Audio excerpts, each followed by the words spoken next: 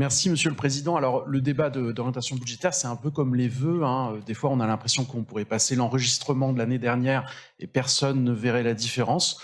Moi, je voudrais insister sur, on l'a entendu quand même dans beaucoup d'interventions, il y a une dimension historique de ce budget. Pourquoi 250 millions d'euros, ça n'a jamais été le cas, il n'y a jamais eu un tel niveau d'investissement sur ce territoire. Pourquoi ça arrive aujourd'hui? C'est à la fois parce que nous préparons l'avenir, nous adaptons notre territoire aux changements sociaux et climatiques. En fait, on se met à la hauteur d'un niveau de crise qui, lui aussi, est historique. Les investissements prévus pour 2024 ne se font pas au détriment de nos politiques sociales et de nos services publics. C'est l'autre pilier de la métropole et c'est une condition nécessaire pour protéger les plus précaires en cette période d'explosion des inégalités, alors même que ces derniers subissent les attaques incessantes de l'État contre leurs droits et les effets destructeurs des politiques néolibérales. Je voudrais insister sur 2 points. Derrière ces chiffres de niveau d'investissement historique, il y a notamment la révolution des mobilités avec le projet Inspire. C'est devenu le sujet incontournable de la bifurcation écologique du territoire que certains dans cette Assemblée ont un peu de mal à comprendre ou en tout cas à défendre. Les transports comptent pour un tiers de nos émissions de gaz à effet de serre, soit environ 400 000 tonnes équivalent CO2. Décarboner nos mobilités, c'est devenu l'enjeu majeur pour notre territoire, mais ça sera possible qu'au prix d'un changement radical, qui est celui qui est en train de s'opérer. Nous devons repenser la ville, ses usages, transformer nos pratiques d'aménagement pour optimiser nos déplacements, rompre avec le tout-voiture au profit des mobilités durables. Et c'est bien le sens de ce que nous faisons. Les 2 prochains budgets seront ceux du pic d'investissement d'Inspire, avec 60 millions d'euros, tout budget confondu, ce qui représente une somme évidemment importante, mais à la hauteur des enjeux auxquels on doit répondre.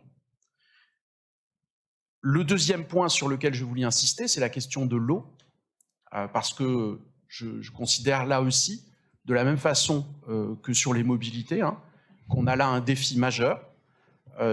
Alors bien sûr, le projet Inspire, c'est l'occasion de renouveler aussi les réseaux de distribution d'eau et de canalisation, mais ça n'est pas la seule chose. Quand on lit avec attention l'Europe sur l'angle de l'eau et de l'assainissement, on voit que, par exemple, on poursuit l'extension de la station d'épuration des Trois-Rivières, on travaille sur le laboratoire des eaux, par exemple, et ça, ce sont des investissements qui sont aussi tout à fait importants face à une situation de raréfaction qui devrait, là aussi, tous et toutes nous inquiéter, avec une situation climatique qui se tend.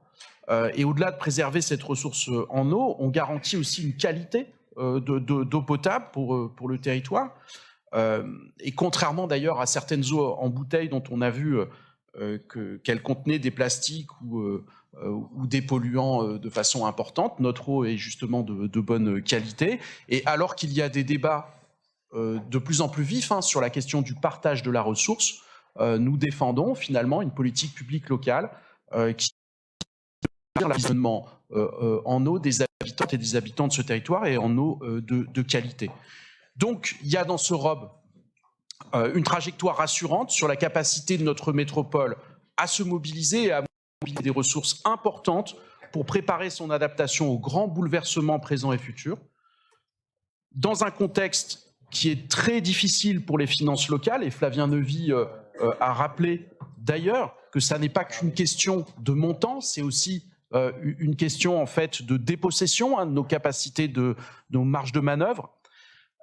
Et au moment où justement on est face à quelque chose comme un mur d'investissement sur ces grands sujets, il paraît tout à fait raisonnable de mobiliser nos capacités d'emprunt, contrairement à ce que certains groupes d'opposition ont pu dire. Et donc au nom du groupe Génération et Apparentés, c'est évidemment avec beaucoup d'optimisme et de volontarisme qu'on aborde ce débat budgétaire. Merci.